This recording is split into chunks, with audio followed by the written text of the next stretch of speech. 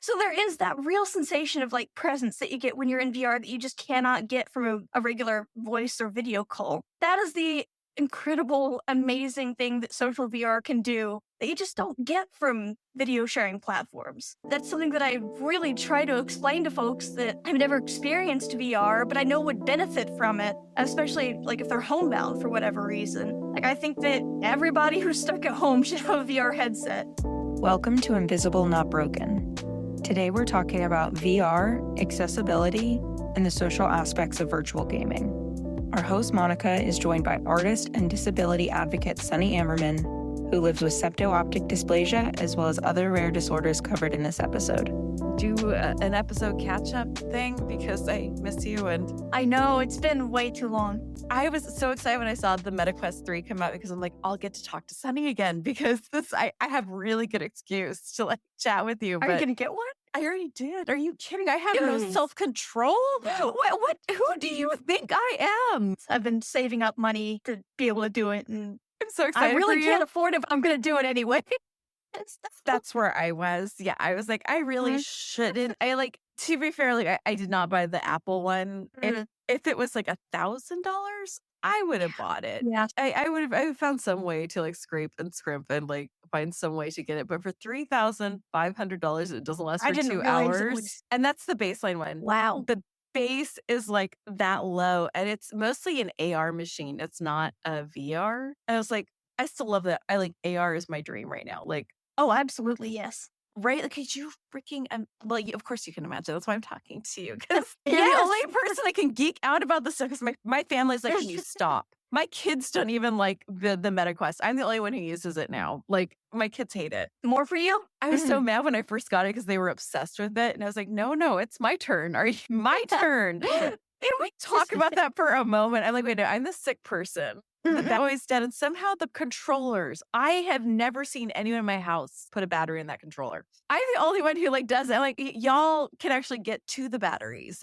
I'm the one who like has to like stumble and crawl like I'm going to Mordor to get the batteries. Like it's that level. Like I'm very short. I like eating. I'm full hobbit, and trying to get to the batteries to become this like a one ring to rule them all. I love you. You're like the only person I can truly nerd out with. I'm excited, man. Same with you. Let me just tell you, they put some really good accessibility features just into the hardware of it. Oh, I know. Oh, I got so much the hardware. Okay, I was excited about the new updates they've added. Like, we talked that too. Yeah, this one. Yes. and please understand, I hate Mark Zuckerberg with the flaming passion of a million suns. However, that being said, I put it in the same category as Amazon of my disabled tail needs this. This is necessary evils. Yeah. Necessary evils. Although I did cancel my Amazon, so I don't have it anymore. So we'll see. We'll see how long it lasts. I'm just kind of as an experiment. But the hardware, the best hardware change that I found was in the controllers, because it's a little button. And I wish they were better at explaining how to do everything. I spent like the first week with this thing on YouTube, and I count myself as pretty good with tech. It's a little button at the top of the thing to open up the controller. And that it's just a button instead of this like get the butter knife out and like have to perform surgery. A button and the whole thing comes off. No problem. Super easy. I was like, oh my God. Yeah, for the battery cover, right? Yeah, for the battery cover. Yeah. I was like, my fingers are so grateful. Yeah, I recently watched a review because I've been like in preparation for buying the Quest 3. I've been watching a bunch of videos of people reviewing it just to hype myself up even more. And somebody covered that, the pushing the button to get the battery cover off, and that was, why didn't they do that earlier? So I'm glad they learned from their mistakes, because the Quest 2 controllers, they're a bit of a hassle to pop off there. I feel like I'm going to break them every time. My hands fall apart because I have stainless. So like it takes pointing for me to break. They're springy little fingers. Yeah. And then I don't know if it's the Quest, but my favorite app is Big Screen, because I haven't gone to the last movie I saw in a theater was Aladdin. No kidding. Not the first one. Thank you. But that was the last time I got to see a movie in a theater, because between my POTS and my ADD, and I fall apart if I sit still for too long. I was crying by the end of that movie. And not because it was great. That was a horrible movie. Yeah, the exhaustion of getting in a car, getting to a place, getting in the wheelchair, hoping they have a wheelchair accessible spot. And even like in the bougie ones where they have like the recliners, I can't sit in my own living room and watch a movie. Like, that's just beyond me. So to do big screen, you get like the whole Being in the theater. Right. yeah. Like, and I have to like downloaded a Parisian theater from like a very 1920s looking theater, Oh. and it's gorgeous. And then, when people come in, it's like you get the experience of rude people. Oh, yeah. If you're missing people yelling and it being abusive to you, you can experience that too. That's Absolutely. definitely part of something you could do. They added an accessibility feature, and I thought of you. I almost called you because I was like, Sunny's gonna lose her mind when she hears this. Okay, I'm ready. But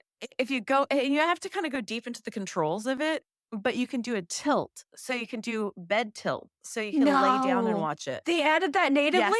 Yes. Wait, like, is it in the big screen app, or is this like something in the headset? So, okay, well, we'll get into the wish it was in the headset thing headset. later. Yeah. We absolutely can. I think I Shout out to told you how to big fall, screen. and so I am like, Oh, yeah, I saw your post. Yeah. yeah. So I am like in sorry shape right now. And I was like, God, I can't even sit up for very long. I was like, I want to watch a movie. But like, if anyone's unfamiliar with this, like when you put on the screen, it doesn't just like adjust to where you're at. You don't get the viewpoint of where you're at. You get the viewpoint of like how where the screen wants you to be. And like Netflix is the freaking worst with this because you have to sit on their couch digitally, and you have to be in some. And all I could think of was like, what if I really hated Tahoe? Like, what if I really like had some sort of trauma around a cabin in Tahoe? And like that's what you're forced into, and like you have to like adjust your sitting and your screen thing, and then you have to sit up and watch it. If you lay down, you're looking at a couch or the back of a couch. A big screen made it to where you can lay back and it moves the screen for you. Brilliant. Learn from them, everybody else. Big screen is shout out to them because that's awesome. I always wonder if you had something to do with it. I know that you talk to like developers, and I was like, was this Sunny? No, but I'm honored that you thought of me. That's something they did on their own. I've never spoken with the big screen developers, but I would love to sometime because that's at least even just to say thanks for that because that is really thoughtful. I actually wrote them. So Oh, nice. Cool. Everyone in the world needs someone to scratch them behind the ears and say, good job. Thank you. Right. Because they hear enough, like, they hear enough abuse. I figure if they do think good, I should scratch behind the ears. Yeah, absolutely. I feel the same way about stuff like that. You were responsible for the fishing thing, right? Oh, no. I don't think I'm responsible for any changes in VR right now as of yet. Potentially some stuff with Forever Games. Because I did talk with the developers, point out some accessibility issues, and they said they would work on those. So maybe they've done something, and maybe I had something to do with that at some point, but I don't want to take credit for it. These people are working really hard, and they really want their games to be accessible. So maybe I just kind of gave them an idea of what they were missing out on. But big screen was not me. But that did remind me, though, of when you mentioned, having to have the screen move with you. The Quest, I almost said Oculus. No more of that. They're the Meta Quest now. Well, R.I.P. Oculus, you were a cool name. Anyway. So much better than Meta. Oh my God. Why? I don't want to be mean about the name change because, somebody there was really excited about that name change. And when they announced it and everybody poo-pooed it, that had to feel awful. And that feels bad to me. If Mark Zuckerberg feels awful about it, if he's capable of feeling awful about something, I'm here for it. And not because I want people to feel bad. I need him to get something called empathy.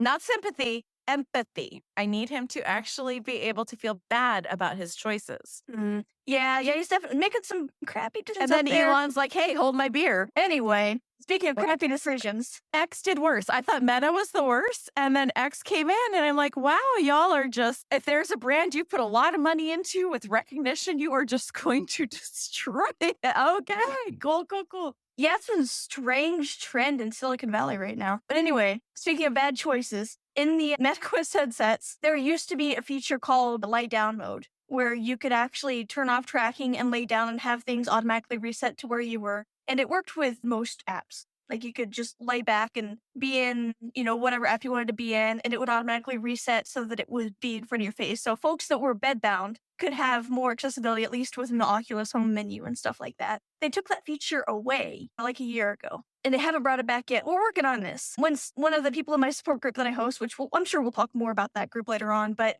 they told me that they had to get rid of their Quest because sitting up with the headset on, just that little bit of weight of the headset was exacerbating their symptoms. And they can only use it when they're laying down. And when they removed that lie down option, they were no longer able to use their headset for the things they wanted to use it for. It became just a useless paperweight to them, so they returned it. And that was really disappointing to hear about. So I reached out to some friends over at XR Access because they're amazing. If you guys want to learn more about them, xraccess.org. They work on accessibility research for AR and VR to make it more accessible for folks and to like create more tools for folks that are like vision impaired. You can have AR tools that can help you identify things, stuff like that. We can get more into XR Access later, but I reached out to somebody that I knew at XR Access and asked if they could reach out to somebody at Meta about this missing lie down feature and get that brought back. And he said that he'd reach out to him, and I waited a little while and didn't hear anything back. So I reached out again and said, hey, did you hear anything back from your Meta contacts? And he said, I haven't heard anything yet. Let me reach out again. And the next day I got a message from him saying that they are going to re-implement it eventually. So eventually it's coming. They acknowledge that missing that feature is not good. They want to bring it back.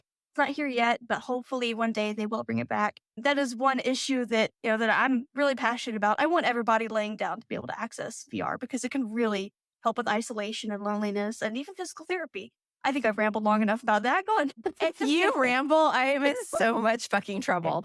I wanted to spend a lot of time talking about your group. So let's do isolation after we talk about physical therapy. Because that is my obsession in life. There is no cure for what I have. The only management is opioids and physical therapy. Those are the only two ways to manage my condition. And the opioids are so I could do physical therapy because God knows I could not handle that pain level without, you have to be able to get to a pain level that's acceptable to do the physical therapy. And since I can't go into my physical therapist every day, I now have 3 apps that I'm obsessed with on my phone and also on the Quest. So which ones are your favorites? Well, luckily with my condition, I don't have to do a lot of physical therapy. So that's not something that I have to really worry about. Oh, people probably don't know what you have. Do you want to share, or is that a no share? Oh, shoot. That's a good point. No, I'm happy to talk about it. So I've got a rare disease called septo-optic dysplasia, and that caused a couple other rare conditions. One of which is optic nerve hypoplasia, which means my optic nerves didn't develop properly, so I'm blind in both peripherals, and I've got poor vision overall. And the other thing that it caused was panhypopituitarism, which is a pituitary disorder.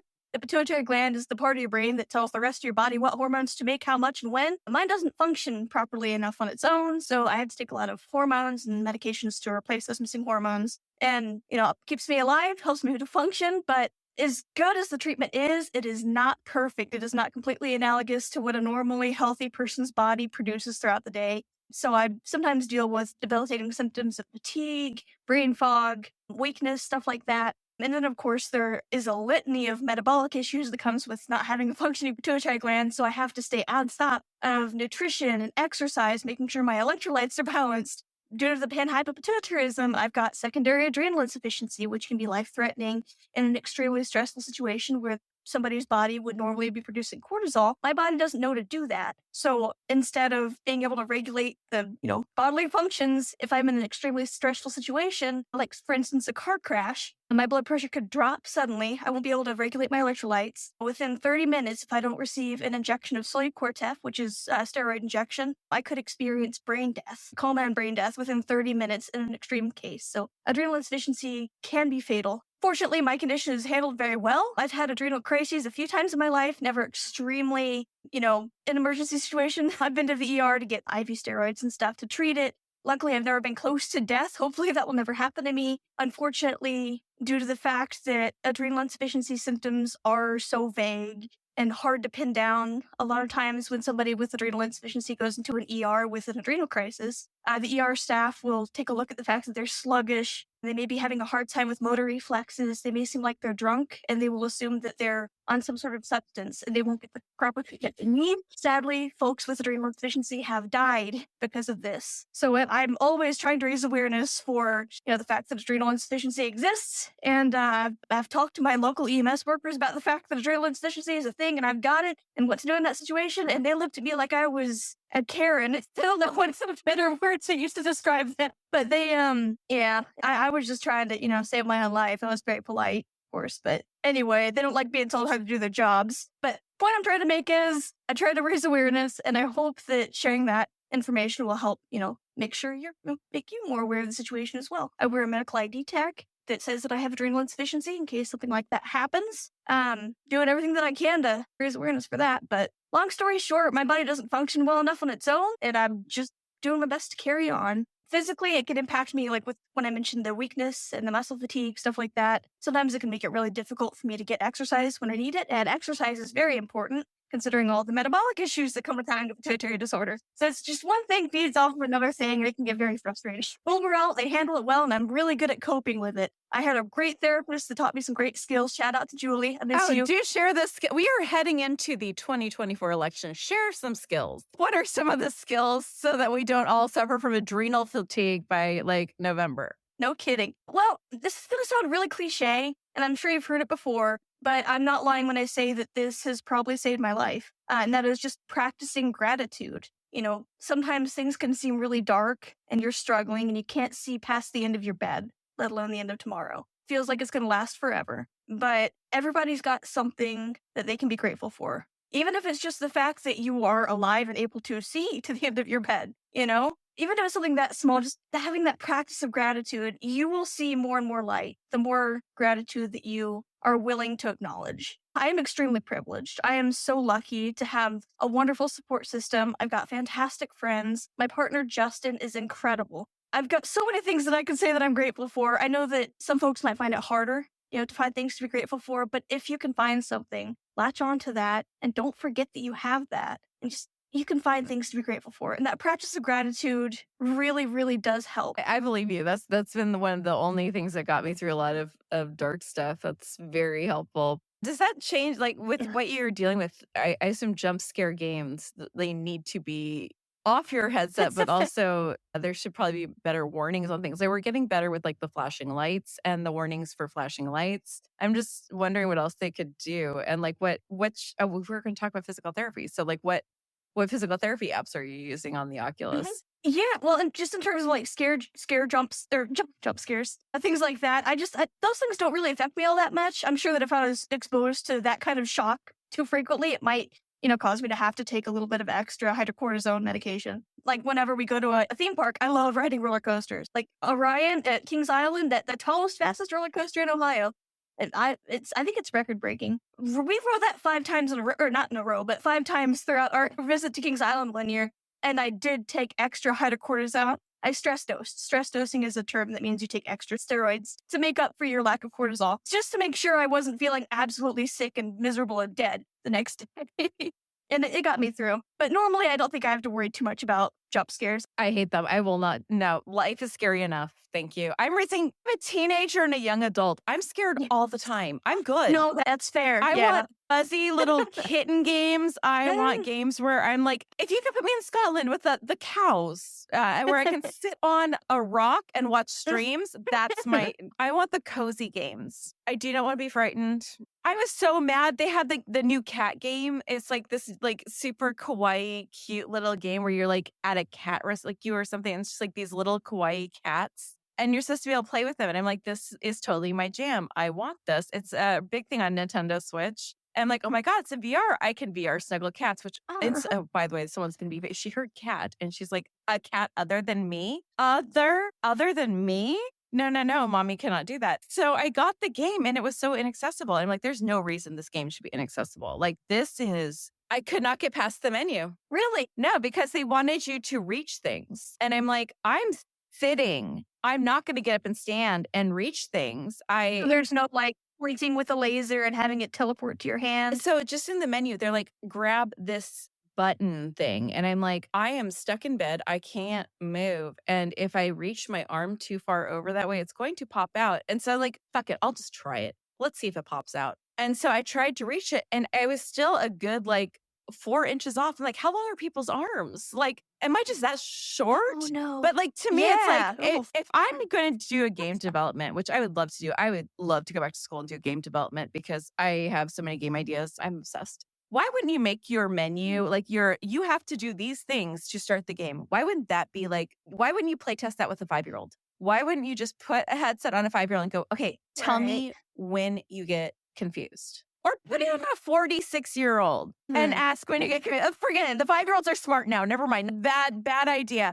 Put on a middle-aged woman and go, hey, where are you getting confused, ma'am? And I will tell you where I'm getting confused. Like, it was so confusing to start the game. And then things were like really far away where I'd have to reach and move. Like, I would have had to have actually stood up, and move to the other side of my bed to get to this thing to start the game. And I'm like, if I can't even start the Wow. game and it's just confusing to begin the game, it should be stupid simple. All of them should be stupid simple. And please, game developers, play test with middle-aged women. I will tell you exactly where things go to a point where I can't reach it or I'm confuzzled. And I was so mad because it looked like the coziest, cutest little game. If it's Neko Watsume, yeah, that's something that I've actually had on my phone for several years and I absolutely love and adore. And when I heard that they had a version in the Meta Store that had VR as well as augmented reality too. So if you've got a Quest 3, you can like put a little kitty door on your wall and they'll like walk through and be in your room. Yeah. So it looks so cute. And if someone wants to explain it to me on how I screwed this up, it is possible to me screwing up. I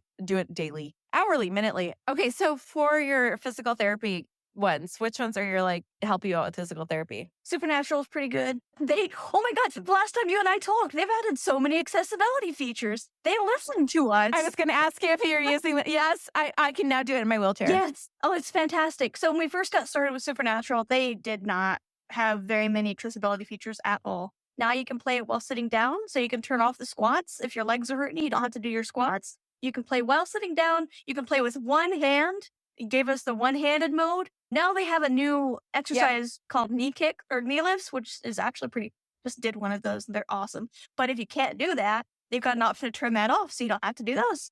They've been really thoughtful about folks that, are in, not just folks that are in wheelchairs, but folks who are in like smaller spaces too. Like they've got it to where you can have the targets only coming at you from one direction rather than the, main version, which will have you turning around, which is a lot of fun. I've taken my headset to like a public space that has a lot of open space to do the whole like 360-degree version. I'm sure people got a real kick out of that. I was having fun. And yeah, so shout out to Supernatural. They've really kicked so much butt with all these these accessibility options. And I've got to give a huge shout out to Coach Chesney. She has made exercise accessible for everybody, not just, the gym bros. Everybody. Right. Yes. And, she deals with PCOS as well. So she understands, some of the health issues that can cause, complications that might affect your exercise. And just having somebody with that background actually featured in Supernatural and considered part of the team, that was awesome. I love her. She's on Twitch. You can check her out too. Coach Chesney. She just got partnered. So congrats on that. Did she? Oh, I remember when she came in, I was like, this is amazing. What you talked about with the not having to turn around, that was the biggest one for me because with Ehlers-Danlos, when I was turning around, I am the only person I think who's actually gotten severe injuries playing in VR. Like I massively dislocated my finger. Like I have it somewhere on like where I had like my fingers about that big and bright blue because I dislocated the joint. But I've dislocated my knees and my ankles from having to turn around and then reset. So being able to get and if you're listening to this and you're not familiar with what we're talking about, this is the most fun, insane game ever. If you're like, why are you people playing something that you get injured in? Because it's so much fun and it's addictive as hell. Like, you're basically Luke Skywalker without the sad boyness, and you get to have like lightsabers, and you're like going in all these great patternings. And if you have something like Ehlers-Danlos, the patternings are, I think that they actually got like a physical therapist, but my shoulders have never been more stable. Like, it is super fun, and it's stabilizing movements and dynamic movements, and it gets your heart rate up. The boxing one, I drenched in sweat. I'm disgusting afterwards, but it's so fun. Like, and the only thing I really want them to do so badly that they haven't done, and it's the only thing that they have not really done that I want, is I want to have an ambulatory wheelchair user setting. Because for my profile, it's set up for me standing, or I guess I can make another profile for myself where I'm sitting, but I want to be able to choose between the two. And it would be so fun if like you could just go, I'm sitting now or I'm standing now. Like if they could just set those two things into one, that would be a little easier, but it's not the worst thing in the world. And and the boxing one you can do so easily from bed. Sure. Like I have absolutely done boxing from bed. I haven't tried that one from bed, but I imagine. You just have to, all covers have to come off, because if you're going to do an uppercut, I have hit myself in the chin before, and my cat's looking at me. She goes, "You almost hit me too, bitch." So yeah, look at the attitude here. Yeah, watch out for the cats in VR. I just wanted to throw out before I like lose it. Oh no, I already lost it again. I was trying to look it up, and it's so hard to find.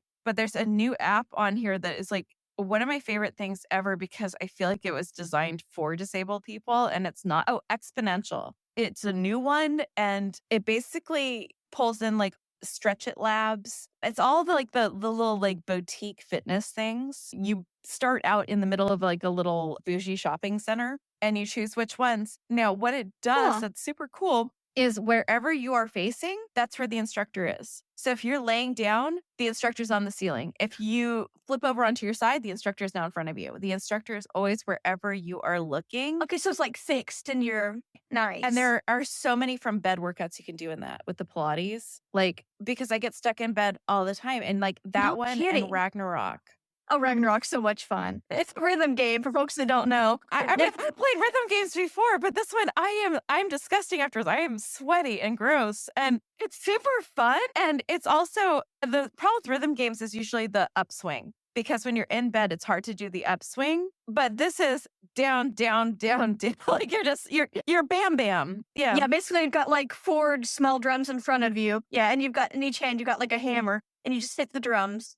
Oh, it's so much fun. And I totally interrupted you. What are your ones? I'm sorry. I like just finally pulled up that one that I was looking for. I could not remember the name of it. Oh, it's all good. I mentioned Supernatural, and one quick thing that I want to mention related to Supernatural before I move on is one of the accessibility issues that I've noticed is there's this one map in Supernatural. When you're doing your workouts, you are in these 360-degree, hyper-realistic, like, environments that are real places. Like, they've actually gone out and filmed these locations and put you right in the middle there while you're working out. It's incredible. Petra! You can work out in front of Petra! Yeah, oh, that's so beautiful. So there's this map in Yosemite, which is snow-covered, and it is absolutely gorgeous, but the targets are black and white. Yes. And my eyes are really bad already, but I can imagine, like, for most people, it's going to be hard to see the white target coming at you, in there. I reached out to them about that issue, and they've recently reached back out to me and told me that they would look into it. So hopefully they'll make some sort of change for visual accessibility to help with that. But other than that, like, really no complaints about Supernatural right now. My only complaint, or actually my only warning, is the Facebook group can be super toxic. So just beware. That's just Facebook, man. Facebook is where I go to realize I don't necessarily like the people I know. Just like a heads up, if you are like into like the social aspect of Supernatural and you go on the Facebook group, it can be lovely. I've made friends there. It can also get really abusive and toxic very, very fast if you are at all critical of the game. And that's where I got in trouble, was because I did not like that the music was incredibly sexist. Sexist, yes, I remember this. Yeah. And so I was just like, hey, maybe we don't have an entire playlist where the only way women are referred to through 40 minutes or 20 minutes of this workout are whores, baby mamas who are looking for money, and something else. And I got called every name in the book for just going, could we please have other playlists, or could you at least put some sort of like, hey, the misogyny label? Like, I don't care if you're talking about sex. I don't mind sex. I mind misogyny. And there's a difference between the two things. And like, I just don't want to listen to a playlist where I'm being called all these names for 20 minutes. And then the male workout instructor is going, you are amazing. You are the most powerful person ever. It's like the dissonance was killing me. And that is one thing that I do want to call out. Like, I just wanted to say, like, the coaches are freaking amazing. Like, I love them. They're so positive and really motivating, and just that's one of my favorite things about them. And they're genuinely cool people too. I don't know if they still do anymore, because I was an early adopter. So I was part of the Supernatural community starting out. I sent friend requests to a lot of the coaches, and most of them accepted. I don't know if they still are or not, but I can see like their posts in my feed, and they're just genuinely cool people. I love them. But I'm done gushing. I think that they count as therapy for me. Like, I love it. But like, there's one coach, and I'm not going to name the coach, but oh, sure. It just felt so weird for him to be like, you are so powerful. You are so amazing. And then behind it is like, all the girls I got in bed last night, and like, they were nothing to me, and I left them the next morning. I'm like, this is a lot of cognitive dissonance for me. And I just can't. And then I also have a teenager, and it's during like the height of the pandemic. Yeah. And so there's no way for her to go and get workouts. So I was like, oh, honey, let's do this. And, we both love a lot of hip hop, and I love rap, and I know, but I do love rap. And she was really having a hard time with doing the exercise. So I was like, what's wrong? And she's like, yeah, why don't you listen to that playlist? I was like, oh, yeah, I could see why that was really not a thing. And it's not just the rap and it was also like the hard rock ones were a lot of that, and like the metal, and like, it's like, could you, I don't know, just sort of like, there's certain words I know you would not allow on your playlist. So maybe we make, some of these other words things that we just don't put on the playlist, or at least, put a warning label. Like, just go, hey, we're going to be very, very awful to 50% of the population here. So just a heads up. I don't know. I'm still salty. It's been years. It's like 4 years and I'm still salty about it. I feel ya. Yeah. That is a great app. I don't want to like pull anything away from how much I love that app. And I'm a little bit more, now you can check out the songs on Spotify too, because you can look over at the Spotify playlist too, which is pretty neat. Yeah, it's cool. Yeah, that's definitely like one of my more addictive ones. And Pistol Whip. And I am a pacifist and I freaking love that game. Have you ever played Till You Fall? I have. I couldn't. And I think it's I try to say I'm a gamer because I love the idea of gamifying things and I'm really fascinated by it. I don't know how to play games. I really don't. And I tried to play like there's like 5 or 6 games that the graphics looked amazing. It looked like fun gameplay. I couldn't get past the menu. And I'm starting to think that's really me. Like, am I just being me? I've never played a console game. Like, I've never played Xbox. I don't know how to do this. So maybe that's a big thing. It's like, I just need someone to be like, okay, 5-year-old, sit down. Here is this button is to jump. This button is to, like, I couldn't get through mouse very well. And I loved it. I had so much fun playing mouse. And I'm like, can we just make these games sandbox? Yeah. Like, I don't want to solve a mystery necessarily. I certainly don't want to die. I don't want something to come at me. I don't want I don't want jump scares. I don't want to get hurt. I'm hurt enough. I'm good. That's fair. Yeah, I don't think Till You Fall is probably a good fit for you because it's combat. My son loves it, but I couldn't figure it out. So I just gave up after and I swear, this is embarrassing. 2 hours. I tried. Hey, you know what? That's good effort. I want it to be for me though, because it looked fun. I'm so into high fantasy. And I was like, but I felt so stupid. Like with mouse, I had to go into like all the YouTube tutorials to get anywhere with like my favorite game is the Alice in Wonderland one. I'm forgetting what the name of it is. It's definitely not physical therapy. It's just beautiful. Yes, it's one of the most beautiful games ever. And I had to just I had to go back. It was with the MetaQuest 2. So I had to keep taking the headset off, go to YouTube, look it up, go back to with the 3. You could actually do a ton of stuff in AR, which you are going to lose your mind with 3. Like it's like the difference between wearing your glasses and not wearing your glasses. I'm so excited for you. Like I'm so excited. I'm going to start vibrating in my chair. I'm so excited. I very much feel that I'm so excited for like a lot of, but most of these games, I just like, can I sandbox? Like, could you have an option where I can just walk around and interact with things like with Assassin's Creed? I don't want to hurt things. I don't want to kill things. I don't want to see blood splatter. I do, however, very much. But you would like to explore the historical environment, more than right? I can ever express to you. Like if someone could just make a game where you can explore ancient Rome, ancient Egypt, ancient Mesopotamia, like anything like that, where I could like walk through cool. some wonders of the world back when they were like as recreated as we can recreate them. Like I'm a history nerd. I would live and die for that game. And I don't need a mystery. I don't need to hurt things. If you have a cat there that I could pet, that'd be great. I'd be in. And like, this is the entire reason I want to go back to school is to learn how to make games so I could make that game. Like that's one of the ones I would love to make. I think there's got to be more people who are like, even if I like killing things in Assassin's Creed, I would really like to pay attention to the details because they put a lot of detail. So much detail. Like Notre Dame, when they were rebuilding it, actually used Assassin's Creed. Oh, I know. That's so cool they did that. Yes. It's amazing. Incredible. Yeah. If you don't know what we're talking about, it's worth a Google. Just type Assassin's Creed Notre Dame rebuild. Yeah. Worth a Google. Just type Assassin's Creed Notre Dame rebuild. Yeah. The history there is incredible. Did I tell you I was there the week before it burned? And I had nothing to do with this. Are you sure? I think it's actually, I'm really sure. I know I'm kind of an awful person, but I'm not that awful. We were there like a few days right before like we were flying out when that happened. It was like, whoops, major escape, I see. I guess. I mean, it's really cool we got to see it. I mean, like, that was fabulous. I wasn't using a wheelchair when I traveled. This is the last trip that we were taking, whereas like, I think I could do this with a cane. Spoiler, I could not. It was pitiful. It was sad. Crying in the Louvre is not a good look for anyone. My family's really hilarious. I don't even know if I should say this on air, but we were walking through we called it the What the Fuck Jesus wing. And this is no shade to any religion or whatever, but it was an entire wing of the Louvre that was like, Jesus is an accountant. Jesus as a 50-year-old man with a mortgage and 3 children. It was Jesus as like a weightlifter. And it was like all these paintings from like the 10th through the 15th century where like, I've read why, like your children were considered wicked back in that time. And like making a child look like an adult meant like he was holy, but we were howling through this whole thing. And I was crying because I was in pain, but my child and my husband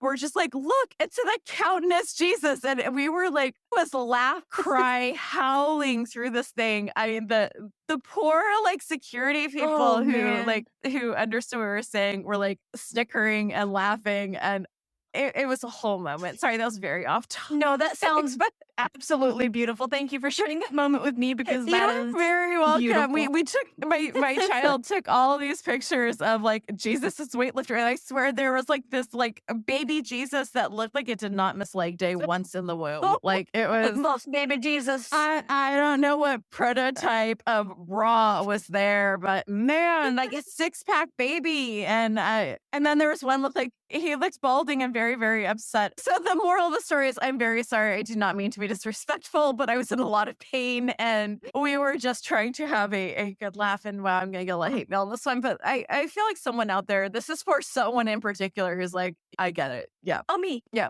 Okay, good. It's for you. I'm just so glad I can entertain you with my blasphemy. No, I love a good blasphemy. I'm a big Neil Gaiman fan. Oh my God. First, I brought this out because this is a gift that I got for myself. Well, I guess technically Justin got it for me. A good gift. And I love that book. I've read it a few times. It is signed. Oh my God. He signed it. He signed it. Yes. Oh. I didn't meet him in person, but I did buy a signed copy. You know, just to ask of the universe, there are certain men in the world that if something bad comes out about, I will not be okay. And that is one of them. So if anyone knows anything horrible about Neil Gaiman, I can't imagine. I can't imagine. I don't want to know. I'm like, you know, this is a bar burden level for me. Like this will be the thing that pushes me to the alt-right. Joking. When Neil deGrasse Tyson, when Neil deGrasse Tyson's whole thing came out, it broke me. Like it broke me. Like that hurt my soul. And like Neil, speaking directly to you, my friend, just be good. Like there's a whole bunch of people out there who can't. Like I just would not be able to be okay. Like that would break me. So okay, back to VR. The rhythm games are freaking amazing. I think you mentioned Pistol Whip, really good. I think the best rhythm game that I've played for accessibility is probably Synth Riders. I have not tried that one. Really? Okay. Oh, check it out. Yeah. There, especially folks that specifically have EDS in the support group that I run said that is the only rhythm game that they could play without throwing out their shoulder or arms or whatever. The movements are not as rough. It's more like you're flowing. Okay. You basically have got these two balls, like one ball in each hand, and you align them with ball targets coming at you, and there are different modes of gameplay. So there's like one where you get points when you use more force to hit the targets, and then there's one where you just have to stay accurate and follow it along these tracks. And they've got a bunch of different music packs that can come with it. They have a Gorillaz pack that's really good. And then, of course, they have some lesser-known artists as well, some original music. It's beautiful. And there's multiplayer, too. So I know that Carrie in my group, shout out to her. She's awesome. You can, if you're in the Spoony support group, just look for her in the members list. I don't know if she's still doing this or not, but for a while there, she was hosting regular Synth Riders meetups where we could get together and play Synth Riders together. And she's got EDS, so she is, has her limitations as well, and she's not gonna, poo-poo you for not being able to do certain things. She understands. But yeah, Synth Riders is really great for those movements because you're not jerking your arms around like you wouldn't say like Beat Saber or even Supernatural to an extent. But yeah, I think that in terms of physical exercise, those are the apps that I typically go to. Let's go right over into the social aspect because you run, this is my obsession with like virtual reality and AR is that for people like me, and I swear most of my life is in this room, like 90% of my life is in this bed, in this room. That's a lot. Like you watch people lose their fucking minds during the pandemic when they had to stay home. That's my fucking life. Yeah, I was like, so, wow, so you had to stay home in a whole house. Oh, wow, that must have been real boring. So, yeah, I wonder what that was like.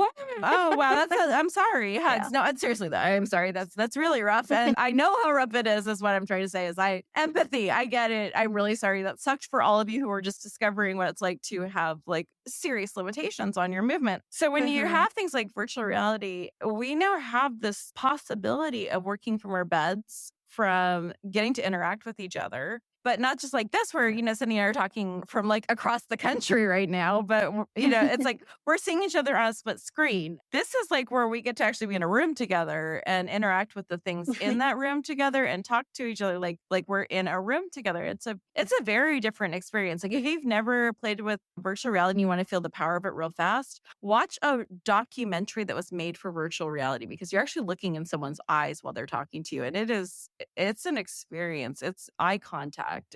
It's a big change. One that I can really recommend for that was, shoot, what is the name of that title? It was the one where I think it was, is it Walking While Black? I do know, and that one's amazing. There's also Notes on Blindness, which is another one that's really incredible. My favorite was there's a company called Paul and Joseph, I think. And they do Cirque du Soleil, which is amazing because you get to actually it's not an actual full show. It's a Cirque du Soleil show that's made for virtual reality. And it's a wild, super cool experience. And they also have this one that's gosh, I'm forgetting the name of it, but if you go into their studio, you'll see it. And it's people have come to the United States and they're talking directly to you, looking in your eyes, explaining why. And then there's ones where you get to experience a day in someone's life. And there's a culture where they live on the water and you get to just kind of go through their day as a fly on their wall. And it's so different than a documentary because no one's telling you how to feel about anything. No one's giving you information. You're just an observer as a part of a daily experience. And it really does change how you it changes you on a different level than if you're just sitting in a movie theater watching a documentary. You are now a part of this moment. Yeah, the one that I was mentioning is actually called Traveling While Black. So it's close. I mean, it's been a while since I've seen it. And it really is incredible. Like what you mentioned, actually being in the room and making eye contact with the person who is telling you their life story and, what their experiences have been is totally different from just, like you said, looking at the screen. We experienced how real that difference is when Altspace closed down, which the support group that I host has been meeting in VR for every Sunday for the last. We just celebrated our 4-year anniversary. We got our start in Altspace, which now is defunct. They've closed their doors. It was a social VR platform hosted by Microsoft where you could meet with friends as avatars in these virtual spaces and have events. And when I discovered that, it blew my mind. The first support group that I founded there was a weight loss support group. And I thought, well, if they can have a group on weight loss, I wonder if there's a group for folks that have chronic illnesses or disabilities. And I couldn't find one. So I thought, this looks easy. I'll just start my own. And I did. And this community has been going strong, like I said, for 4 years now. But sadly, when Altspace decided to shut down, we struggled to find another platform that was as good to continue to meet on. We tried spatial.io. They're great, but they had a lot of bugs that we couldn't, work through.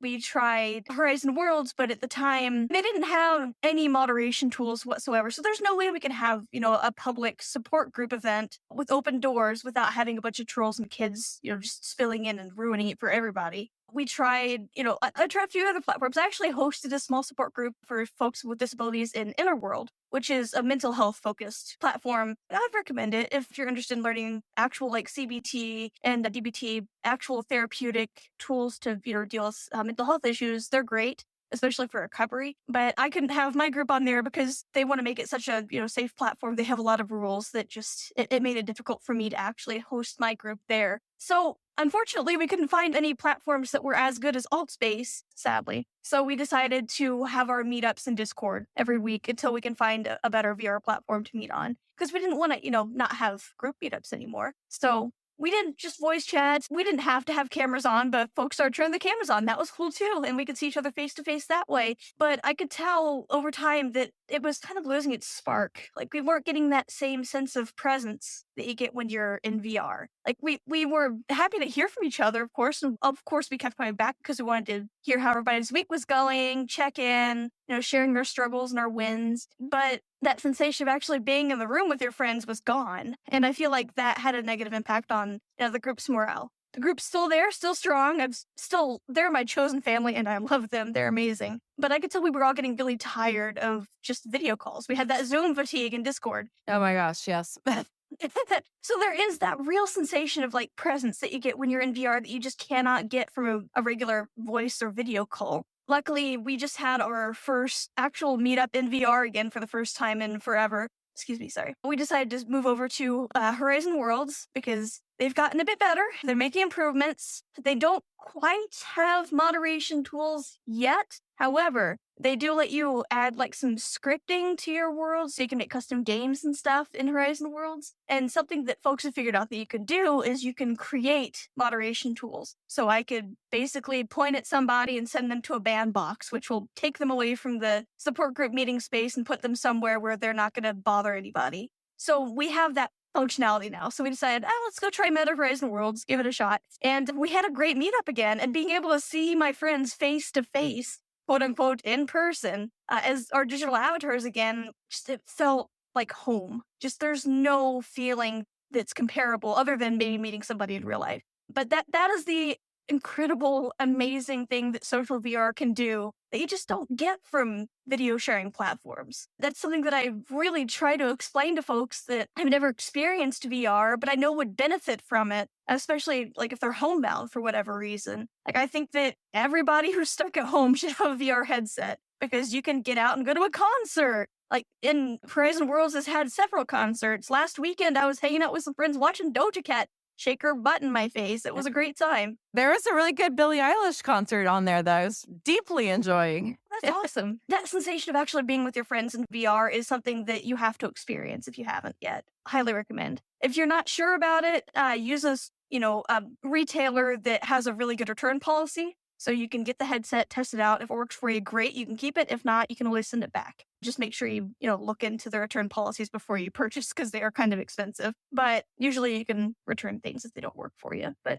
I think you should try it out if you get the opportunity to. And I'd say give it like it took me like a month to like really kind of figure out the ins and outs of it. Mhm. Like you have to be patient with yourself. There's a learning curve to it. Yeah. I think the MetaQuest is probably the closest thing you have to like just plug and play. Mhm. But it does require a little bit of patience with yourself and getting used to the sensations of it. Because like Yeah. for a minute you're fighting lizard brain. Like Oh, you yeah. have lizard brain going, you're going to die. And your body is like trumping a ton of adrenaline. And you're like, but I'm in my bed. And your body's like, no, you are on a cliff. Yeah, you have to kind of get through that. Yeah, there's that phenomenon. It's colloquially referred to as VR sickness, which a lot of people experience for the first time. Like the first time that I tried VR for an extended period of time, I had played Beat Saber for like an hour. And when I took my headset off, I felt drunk. Like I felt like I was on some substance. I was having this light out of body experience. Like, this is very weird. I've got to sit down for a minute. Apparently that happens sometimes,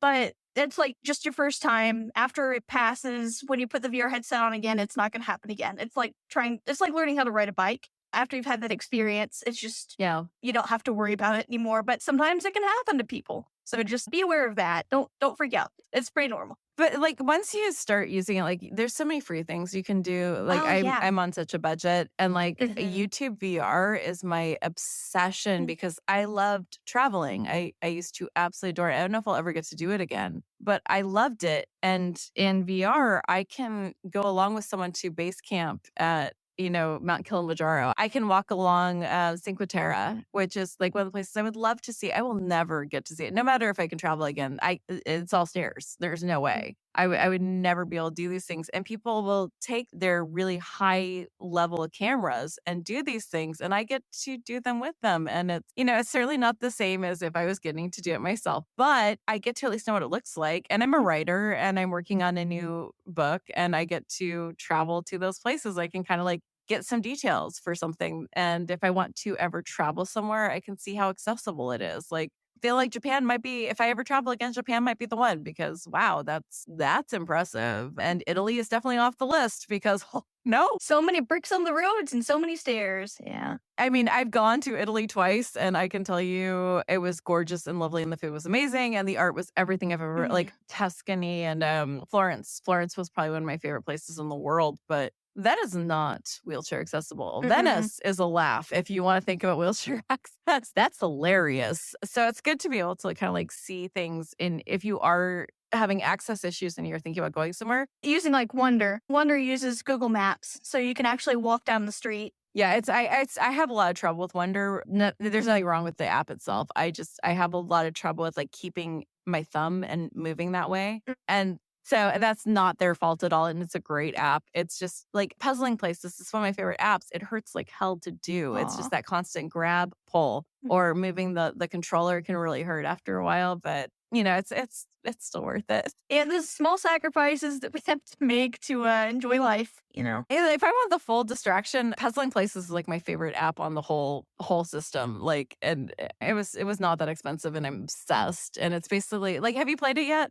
No, I know what you're talking about, though. I've seen the store page for it. So they basically go to a place and do a full LiDAR scan of a room in like Prague or like a castle or something. And you get like all the way down to the brush strokes of the paintings. And in one of the apps, they pull it all apart into different puzzle pieces. So you can do it at like 100 or like 50, 100, 200, or 400 pieces. And you're grabbing these chunks of room and you're putting them together into a full thing. And then once you're done, you're sort of like Alice in Wonderland. You get to stick your head into the room Oh, and that's your head so is like cool. most of the room. Okay. And you can like look at the plaster work on the ceilings in a way you couldn't even do if you were there. Like you can get Wow. so into, like you can see cobwebs. It's so cool. So like I put a book on tape going. Heck yeah. Talking my language. When you're talking about like chronic pain, there are times where your pills are not going to hit it. Like it's just not going to take care of it. And there's just that level of suffering where you're like, I can't be in my body anymore. I just can't. And like, that's just such the perfect thing. It hits all the levels of like engaging the brain away from like,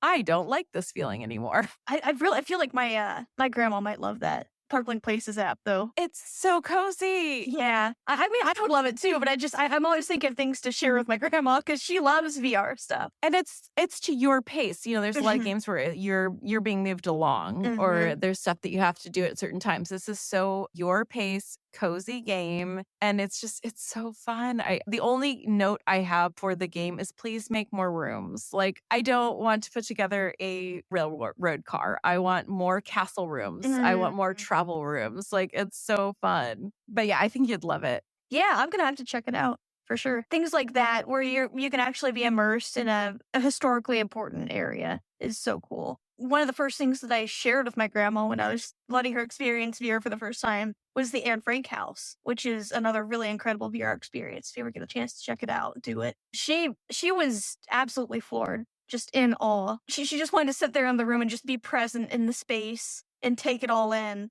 Just seeing her reaction to that and knowing that I have that reaction all the time in VR, it's just like being able to share that with somebody is amazing. And the fact that we have these resources to learn for free in VR is incredible. Of course, you know, you got to buy the headset. You got to pay for the VR, yeah. Yeah. But once the outlay cost is done, it just the possibilities of this it's like if I had more energy and time, not that I don't have plenty of time, it's just usable time for me because I have lots of time, but it's the usable time. That's the problem is creating a school. To create a virtual reality school because there's so many kids who like, especially in high school, who can't go to school. It's just not possible. They've either gotten injured or there's financial issues or there's family issues or there's logistic issues, but especially illness. Like I had to miss so much of my high school because I had surgeries. Oh, well, I had chronic respiratory infections that kept me out, but yeah. And the compromise was supposed to be like, it wasn't a compromise. I was not getting an education. No, you get this homework that you're expected to do on your own. Have fun. Yeah.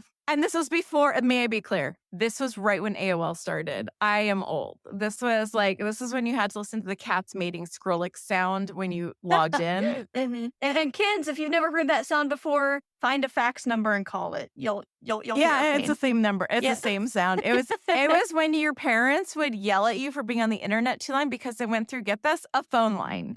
Yep. So if you were on the internet, no one could make a phone call because we didn't really have cell phones. You couldn't go onto YouTube and like get a lesson. You couldn't go onto Kumon or any of the other amazing apps there are to have someone explain it to you. It was just good luck.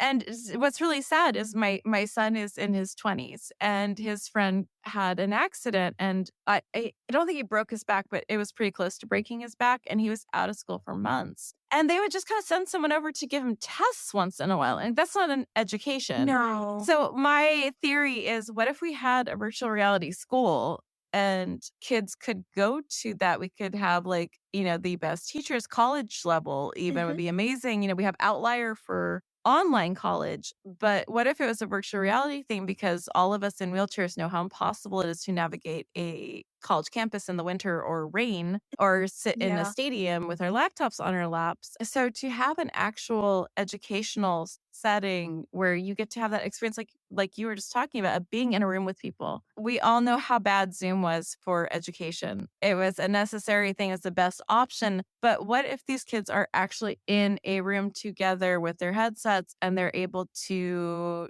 do the physics experiments together? They're picking things up, they're putting them down. You can feel it in VR. It's crazy how much you feel it. It's just the applications are amazing to me. And I'm so mad that we have the technology but I don't see the fire and passion to get the things done that would be socially important. Yeah, that's well said. And I agree with you. I think that we're at this point in VR now where we have, we have the technology, we've developed it well enough, but it's still in its infancy, so it hasn't really been adopted by folks that can take it to these high places. They're too afraid to touch it because they haven't really seen what it could do yet. But we have the technology; it can be done. I know that Meta, for all the mistakes that they make, they are funding a lot of really great development projects in the VR space and AR as well. And so I think that really, rich, bad, I get it. They are funding these things right now. I feel like they're funding the wrong things, and that's what's upsetting to me. Sure. My point is they can. They could fund the education, the social stuff. They could. Mark Zuckerberg, you could do good things. You could choose good things. Legs are not the things we need. And that is not what you spend $10 billion on. You don't spend $10 billion on us having legs. Trust me, mine don't work. I don't really give a fuck. If you could put the money into creating proper education, since you ruined Silicon Valley and the educational system there, thank you so much for that. You could put the money back into creating schools in virtual reality that are free, that go all the way through college levels, that are accredited. I think you probably have assistants who could figure that out for you. And it could be absolutely incredible too. Like you were mentioning, being in a classroom and actually being able to perform physics experiments on your desktop, virtual physical desktop. You could be sitting there in your classroom and suddenly go on a literal magic school bus journey through the human body. Stuff like that. Could you imagine the curriculum? So cool. I used to be a teacher. I was a teacher for 8 years, and the curriculum for a virtual reality school would be, it's seriously, you're living in a world of imagination because there's nothing you can't do in that classroom. You need to do a dissection, cruelty-free. Right. You can do a full dissection. You can show exactly, you're doing human biology. We can start you at where the cells began. And that's a great David Attenborough. David Attenborough, by the way, did a ton of virtual reality. Oh, man. Yeah, I've watched one of them on the Sea Creatures. It was neat. He's done I think there's 20 of them. There's how life began. It's gorgeous. You could if anyone's a teacher and listening to this, oh my God, seriously, the curriculum would be amazing. Could you imagine the curriculum development? And what we're talking about is real. This is where money is going into. Once Apple jumped in, that was it. This is Apple and Facebook are nothing if not patient. They will force us into this world. And I'm not mad about that. I want this world. A lot of the stuff they forced us into, I'm pissed about. But this one, I'm actually pretty happy about. So, if you want to start getting on the forefront of this, I do honestly believe education is the next frontier that will be. So if you are an educator and you want to develop curriculum, holy fuck, could you imagine the curriculum? That would be so cool. And even if somebody has the resources to do just a proof of concept project, just to get this out there so that somebody can experience it and see firsthand how important this is, I think that it could explode. I really do think that within it, let's be a little excited about the future here. I think that if I could guess, if we had the funding to get started tomorrow, we could have VR schools available within the next 3 years. Yeah. I think that it would be possible. Nose to the grindstone and do it. My youngest is in high school right now, and right now in the living room because my youngest has lots of issues. So I can't imagine where my youngest got those issues from. Anyway, Thanks, does Mom. online school. Yeah, and my baby's physics teacher lives in Mexico and is the best teacher I've ever seen in my life. My youngest went from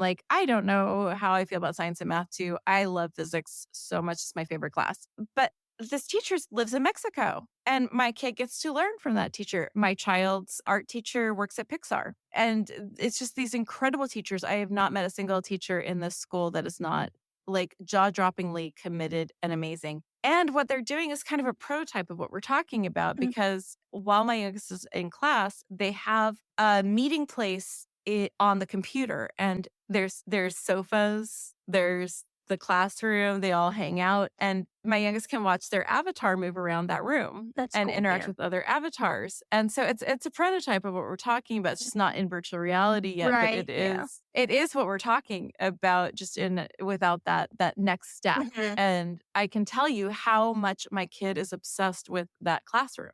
And there's a little bat plushie that's digital in that classroom. So that's the plushie that the avatar holds all day. And like, if that plushie ever goes away, I think there might be a riot for my child. But like, it's pixels, but nope, super attached to it. And that just shows you like how amazing this could be. And also, if you think about the crumbling infrastructure of our school system in the United States, as far as like just the schools, I don't know about how it is where you are, but I live in what's considered a pretty wealthy area, and the bathrooms don't work. The water pipes aren't working. So like, if you could like look at building schools that do not require building infrastructure or space that people have to get to, or let's be real, we live in the United States, a child has more chance of being shot than a cop. That is an actual statistic. And then we're looking at, you know what? I'm done petting people behind the ears. We are in the middle of a triple pandemic. That's just reality. I'm sorry if you don't agree with me. I'm too tired to fight with y'all, but that is true. We are in the middle of something where the hospitals are overflowing. It's happening again, guys. This is not us repeating things from last year. Right now, RSV, flu, and COVID are through the roof. It is bad. I've been isolating at home for the last 3 weeks. I use pickup to get my groceries. I had to go to the store yesterday to pick up my prescription. The amount of people walking around visibly sick and not wearing masks made me want to throw myself in a shower with cleaning chemicals. That was awful. Everywhere we go, we're like the only ones masking. And it's so frustrating. But I can tell you, I got COVID once, and I would take my disease over COVID. That was the most miserable I think I've been next to being in labor. That was horrible. And it was so bad because I was supposed to get my booster shot, and I caught COVID 2 days before my appointment. That's not. So what I'm saying is these respiratory infections are probably more of a way of life at this point. And even if they're not, the flu is not fun to have. I don't like the flu. I don't think anyone does. It was awful. Yeah. And even if you're one of those people who is healthy, the flu is unfun. So if you have this opportunity to have this educational system that can be a flexible thing. So like, let's say your kid breaks an arm and has surgery, and they're now going to be out of school for 6 weeks. So instead of the school having to cobble something together, which is not educating your child for 6 weeks, they could jump into this educational system for 6 weeks. Or there could be people who are there all year, but this would be a way to move fast, be able to pivot quickly and change curriculum depending on what's needed. And I really think this is a good answer to a lot of issues we're having while we're rebuilding stuff. But while we're rebuilding stuff, there's lots of people in very rural areas who can't get places, or that it's not safe to get to that school, be it weather issues. We're dealing with huge climate change. We just watched the entire southern part of my state go underwater. We went full Atlantis apparently in San Diego. So we're dealing with climate change. I would like to think that we don't interrupt education for anything. And this would be a way that we could do this very affordably. If you think about the difference between opening a physical school and all the insurance you would have to get. And, and you also think about attracting teachers. If you're paying a good salary and they don't have to commute and they could work from home remotely the whole time, I just feel like this might be a really good answer to what a lot of problems are showing. No, absolutely. And I agree with you. And the science agrees with you too, actually. I just sent you a link to an article. Okay. And like my kid is super, if you can't tell where my child gets the ADD from, my child is very ADD, and the lack of behavioral issues, because there's only 9 kids in my child's class, which is amazing. They won't allow more than 9 kids in a class. If there's more than 9 kids that enroll, they set up a new class. That's awesome. Oh, seriously. Like my kid's an amazing artist. Like this child is one of the most fabulous artists you've ever seen. And all the other kids are super into art. So during geometry last year, the teacher's like, okay, let's teach this using MC Escher. So they were able to pivot how they taught to the kids' interests. But when you're dealing with like this kind of classroom, you'd be able to have only like 9-10 kids in a class and easily open up another class if you have more kids. Yeah. Or more adults. Like I would love to go back to college. That would be my dream. I cannot get in a car and drive I can't drive. Like I can't drive anymore. So that would not be a thing. And online college is an exhausting experience right now. It's tiring. It's complicated. I would love to see Apple develop it, because Apple is so at the forefront of here's technology for those of you who are not tech people. It is really easy to navigate Apple products. That is very true. You can argue if you're an Apple person or an Android person, but nobody can argue the fact that it is just easier to navigate an iPhone. I argue I'm tired and this is the thing I can figure out. Yeah. Oh, there's one button that I need to push to do the thing. Let's do that. So the article that I just sent you the title is A Study of Class Meetings in VR, Student Experiences of Attending Lectures and Giving a Project Presentation. It actually cites real research that proved or that showed that meeting in VR and having that sense of presence makes you remember things better than actually being in like a Zoom meeting or a whatever video calling platform you want to use. It's just your memory is better when you're actually in that room, quote unquote, in the same room as somebody else, feeling that sense of presence, which is really fascinating. And I think that says a lot about, the advocacy of actually being in school in VR as opposed to virtual learning, like on a video platform. You're just going to retain more knowledge that way. So I'm all for it. Well, it's the difference between being like a passive observer and Right. an active participant. That's a very different. Yeah. So I'm starting to fall apart, and we've been talking for like almost an hour and a half. Time flew.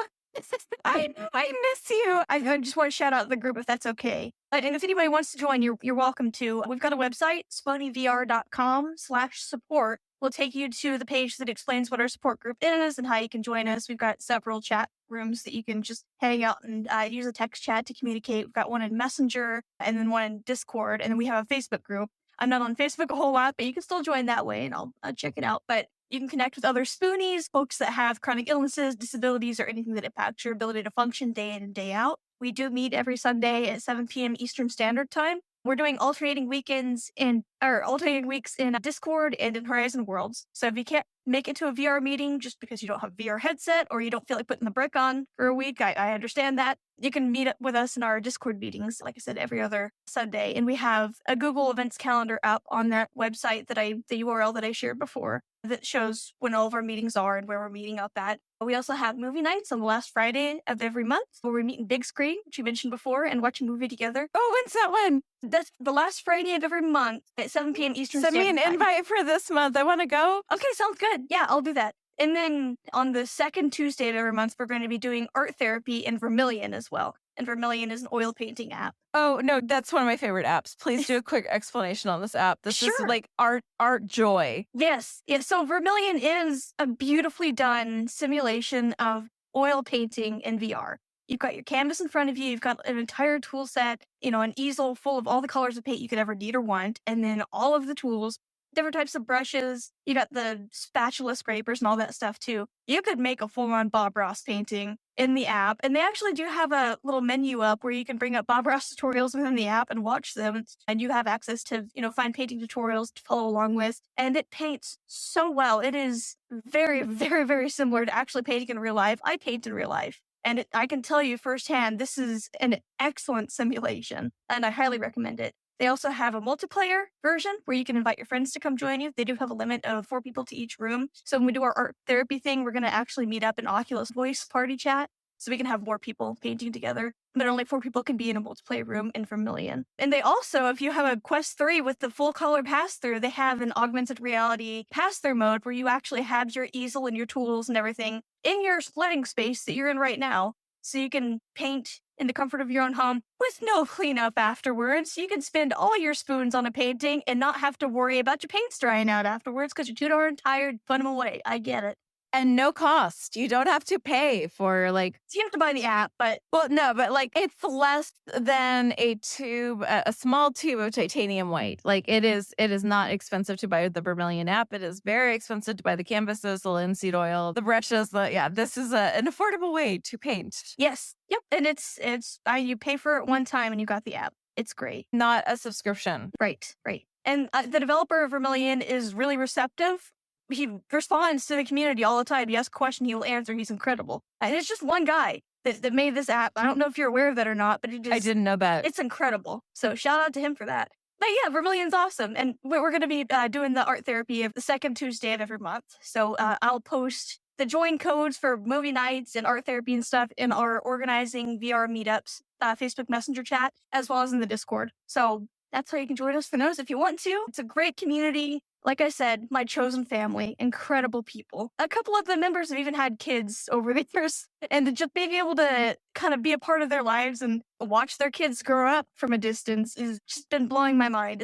incredible how much life can change in just 4 years. It just really puts it into perspective. Yeah, that's crazy. I can't imagine my life without them. They're incredible. Well, everyone, thank you so much for joining us. I'm going to see if I can convince Sunny to come on a little bit more often because first off, it's selfish. I miss Sunny, but also I love talking nerdy tech stuff. And I think that a lot of us with chronic illness are not aware of what's out there and what's possible. And I'm hoping I can get you to come back to talk about some of the CES stuff, the Consumer Electronics Show that was about vision. And they have some really amazing new stuff that they were looking at. So I'm hoping I can get you to come back a little bit more often to talk about tech and disability, because that I feel like that's the closest we're going to get to an equal playing field. So Tinu, hopefully, I'm still talking to Tinu, and she's very interested in having a show soon, but she's had some health setbacks. So if you can donate to her, please do. Her cancer drugs are very expensive, and I've been a little bit more off than I should be. I'm so sorry if you're on the Facebook group and we have not been very active. It is just strictly family stuff and a fall. So everyone, be kind, be gentle, be a badass, and hopefully I will get to see you all soon. Thank you for joining us today. To find out more about today's episode, including show notes, transcripts, and more, please visit invisiblenotbroken.com. Please rate and review us on Apple Podcasts, Spotify, or wherever you listen to podcasts. You can also support this show by heading over to our Patreon or by sharing these episodes. We are non-advertising, and our growth is thanks to you listeners. Thank you to our hosts Monica and Sunny for a wonderful discussion. This episode was edited by Luke Spine with help by me, Ariana Alter. Last but not least, be kind, be gentle, and be a badass.